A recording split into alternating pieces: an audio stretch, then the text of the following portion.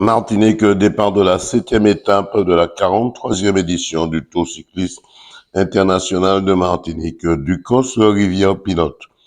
Et le maillot vert toujours patronné par la Team Boulogne-Yachting. Puis dans l'après-midi, vers 15h30, départ du contre-la-montre au Rocher Zombie. C'est Stéphane Bennett de la JC 231 qui remporte ce contre-la-montre et qui fait place à la remise des prix et la présentation des anciens coureurs cyclistes de la ville par le maire Jean-François Bonnol. Reportage Daniel Diaz, 100% Sport, KMT Télévision. Stéphane Bennett, c'est vrai aujourd'hui, ce contre-la-montre, comment ça s'est passé? Premièrement, on va parler de l'étape du COS Rivière Pilote. Comment ça s'est passé tout au long du parcours pour vous? Ça a été tracé à votre niveau? Non, c'est bien passé. J'ai une équipe forte, donc ils ont fait le maximum. On a réussi à tenir le peloton et voilà, c'était ce matin, c'était journée parfaite. Après, j'ai dû faire un choix à la fin, laisser partir Jules parce que je voyais que la Guadeloupe était en surnombre pour le sprint. Bon, ils n'ont pas roulé. C'est comme ça.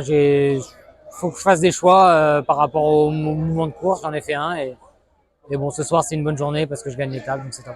On peut dire que la JC 231 a eu les clés et a eu le code également pour arriver ici à Rivière Pilote. Ouais, c'est une bonne journée encore. Comme depuis le début, on a 2 victoires d'étape. Pour l'instant, tout se passe bien, donc il reste encore demain. C'est le plus dur. Voilà. Qu'est-ce qu'on peut vous souhaiter justement pour demain? D'avoir le même maillot demain soir, demain midi au François. Sport, qui m'a regardé sport. 100% sport. 100% sport, voilà. Alors, Daniel Diaz, Queen, Bailey et peut-être Roger. Daniel Diaz, je vous connais très bien depuis un moment sur KMT. Vous êtes quelqu'un que j'apprécie énormément, surtout de la 100% sport. Alors, le tour se termine demain soir, espérant que le 10 mars, si Dieu veut, je vais vous retrouver dans 100% sport. Je vous salue, je vous souhaite bon courage, bon sport et afin qu'on reste dans le sport comme d'habitude. Et merci pour tout. Frédéric Théobald, président du comité régional de cyclisme des îles de Guadeloupe. Alors Frédéric, vous êtes un ancien coureur aussi, on ne le nie pas. Aujourd'hui, une bonne sélection de la Guadeloupe est venue se confronter aux autres équipes ici en Martinique pour cette 43e édition. 2 mots sur la participation de la Guadeloupe. Nous avons une très belle sélection qui pèse sur cette 43e édition. On a quand même 3 belles victoires d'étape. Il y a la CCI des îles de Guadeloupe qui a emboîté le pas, enfin les restaurateurs des îles de Guadeloupe et fédérer ces îles qui souffrent d'une double insularité parfois plus parce que là, il y a un accident indésirable ou bien il y a un monde blessé ou obligé pour un hélicoptère. Donc c'est très compliqué pour les familles qui subissent ces contraintes douloureuses. Donc il faut intégrer parce qu'on a des jeunes qui portent les couleurs de l'UVMG, Marie-Galante, on a des Saint-Trois.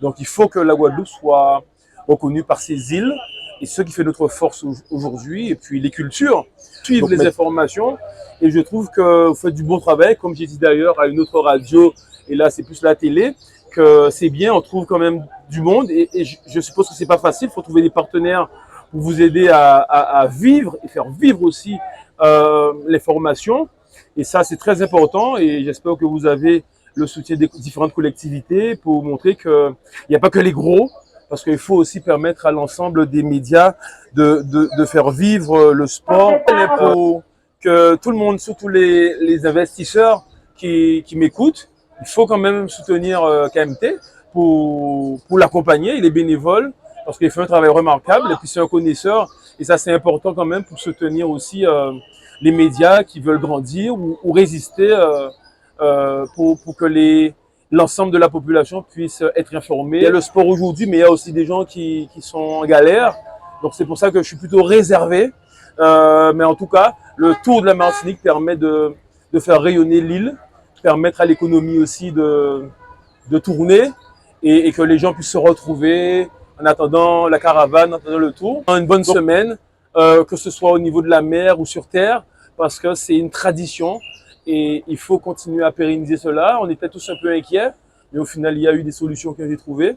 C'est important, on ne peut pas avoir le tour de la Martinique et pas le tour d'Aeole, mais c'est sûr, il faut peut-être dans le futur bien anticiper tout ça pour que les deux disciplines, deux passions puissent faire corps pour faire rayonner la Martinique, parce que c'est des touristes, c'est beaucoup de monde qui viennent regarder ce spectacle et c'est de l'économie pure pour la Martinique, que ce soit au niveau des gîteurs, des hôtels, entre autres. Donc tout le monde est gagnant. Président 100% Sport vous remercie. C'est moi. Guy Albert, on peut faire un bilan de ce contre-la-montre cet après-midi? Oui, on s'attendait à ce combat. Hein. On savait que le maillot jaune pouvait être attaqué de partout. Mais il a sorti les griffes cet après-midi et il nous a montré l'opération de changement de vélo. Il est parti avec le vélo normal.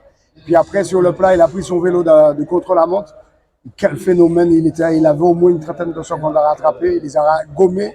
Et puis basculant de 31 secondes son point suivant, je pense qu'il a marqué surtout de son empreinte. N'oublions pas qu'il bat le record de ce contre-la-montre, 21,56. On peut dire que ce maillot jaune restera en Martinique sans aller. Hein. Après, il me disait qu'il faut faire attention parce que c'est une course, c'est du cyclisme, tout peut arriver, il a raison. Maintenant, s'il n'y a pas de problème particulier, je pense qu'il va l'emporter. Mais on attend un gros match, on aura une dernière étape extraordinaire, la Guadeloupe. Et puis attention, Martinique n'a pas abdiqué non plus. On se retrouve demain sur cette ligne de départ, ici à Rivière-Pilote, à 13h. À 13h, bien sûr, à Rivière-Pilote. Et puis, donnons rendez-vous aux téléspectateurs parce que je pense que Martinique gagnant dans le premier tronçon, le maillot jaune répondant dans le deuxième tronçon, ben, ça nous donnera du spectacle pour ce fameux dimanche, cette fameuse dernière étape.